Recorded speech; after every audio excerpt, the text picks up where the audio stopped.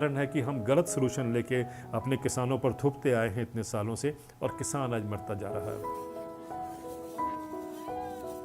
Zero budget खेती जो है, मुझे लगता है कि कहीं ना कहीं शायद एक उसका एक मैसेज जो गया है वो ये गया है कि हमें खेती में इन्वेस्टमेंट करने की ज़रूरत नहीं है। ये मुझे लगता है कि बहुत ही हानिकारक होगा खेती के लिए और भी, क्योंकि जब पॉलिसी मेकर्स ये सोच लें कि ज़ीरो बजट का मतलब ये है कि हमें कुछ इन्वेस्टमेंट नहीं करनी है, ना किसान को इन्वेस्टमेंट करनी है, और क्योंकि इन्वेस्टमेंट कम होगी या उसकी कॉस्ट ऑफ प्रोडक्शन कम हो जाएगी तो इसलिए इनकम जो है बढ़ जाएगी। तो ये जो एक फार्मूला सोचा जा रहा है या जिसके ऊपर मैं देख रहा हूँ बहुत चर्चा है, वो शायद इस सोच से प्रभावित है। मेरा मानना है कि ज़ीरो बजट एक्चुअली जो खेती का जो पद्धति है अच्छी है, इसमें कोई शक नहीं है। इसमें एक जो ऐड करने की ज़रूरत है, ये पहले हमें सोचने की ज़रूरत है कि ज़ीरो बजट का is actually agro ecological systems जो हैं जितने भी उपलब्ध हैं, उनमें से एक पद्धति जो है वो ज़ीरो बजट नेचुरल फार्मिंग है। ये कह के चलना कि यही एक विकल्प है, ये मेरा मानना है कि सच नहीं है, क्योंकि बहुत से लोगों ने इस देश में बहुत काम भी किया है। नामलवार तमिलनाडु में थे, भास्कर सावे साहब गुजरात में थे,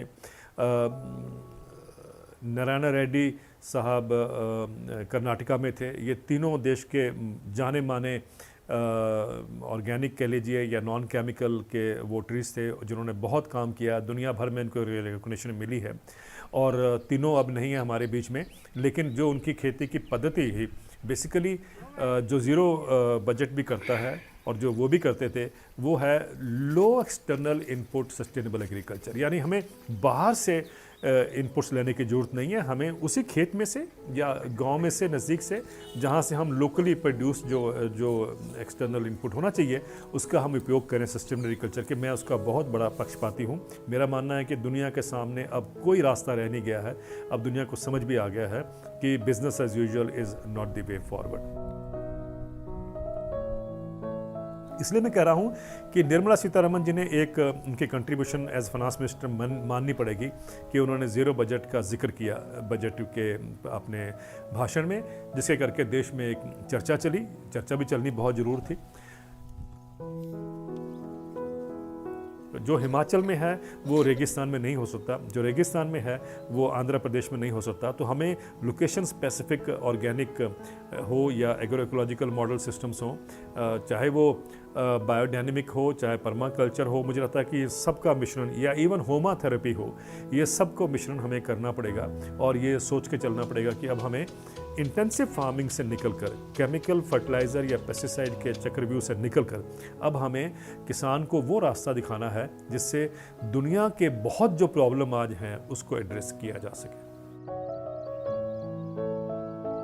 इसमें तो कोई शक नहीं है कि पेस्टिसाइड्स बेसिकली आर पॉइजन, ये तो हम मानना पड़ेगा। और वो खेती की पद्धति जो पॉइजन डाल डालकर जो इवॉल्व की गई हो, मुझे लगता है कि उसके नुकसान या दुष्परिणाम सारे दुनिया के सामने हैं, उससे निकलना ज़रूरी है। और ये सब मानते हैं। अब तो स्टडीज़ ये कहती हैं कि सुसाइड की वल्नरेबिलिटी या आदमी सोचे सुसाइड की तरफ, वो उसका कारण भी पेस्टिसाइड्स है। साइंस मैगजीन की एक रिपोर्ट अगर आप पढ़ लें, उसमें लिखा है कि पेस्टिसाइड का जितना उपयोग करेंगे उतनी आपकी वल्नरेबिलिटी टू सुसाइड्स बढ़ती है। ये उस साइंस जो मैगजीन है, जर्नल है, उसकी ये रिपोर्ट है। उसके अलावा बहुत सी स्टडीज़ कहती हैं कि जो अगर आपको डायबिटीज़ हो रही है तो उसमें भी पेस्टिसाइड्स का योगदान है। कुछ स्टडीज़ ये कहती हैं कि पेस्टिसाइड अगर आपकी नानी ने या दादी ने पेस्टिसाइड को एक्सपोजर हुआ था तो जो आपको बीमारी आज हो रही है वो उसके करके भी हो सकती है कि जो थर्ड जनरेशन में आपसे पहले जो एक्सपोजर हो चुका है। यानी कहने का मतलब है कि अब हमें समझ आ रहा है कि पेस्टिसाइड के कितने भयंकर दुष्परिणाम थे जो शायद हमने ग्रीन रेवोल्यूशन के टाइम पर इग्नोर किया या नहीं मालूम था। पॉलिसी मेकर्स को ध्यान देना चाहिए कि अगर इतना इम्पॉर्टेंट होता तो सारी फसलों में आता, लेकिन अगर नहीं इम्पॉर्टेंट है तो टी गार्डन का रास्ता क्यों ढूंढा हमने कि उसके माध्यम से देश में ग्लाइफोसेट की उपलब्धता हो। ये मुझे लगता है कि यहाँ पर भी पेस्टिसाइड अप्रूवल जो करते हैं जो भी बॉडी है उसके ऊपर भी सवाल उठना चाहिए, क्योंकि ये रास्ता ढूंढते हैं कि कहाँ से हम एक रास्ता दे दें ताकि लोग उसका उपयोग करते पाएँ।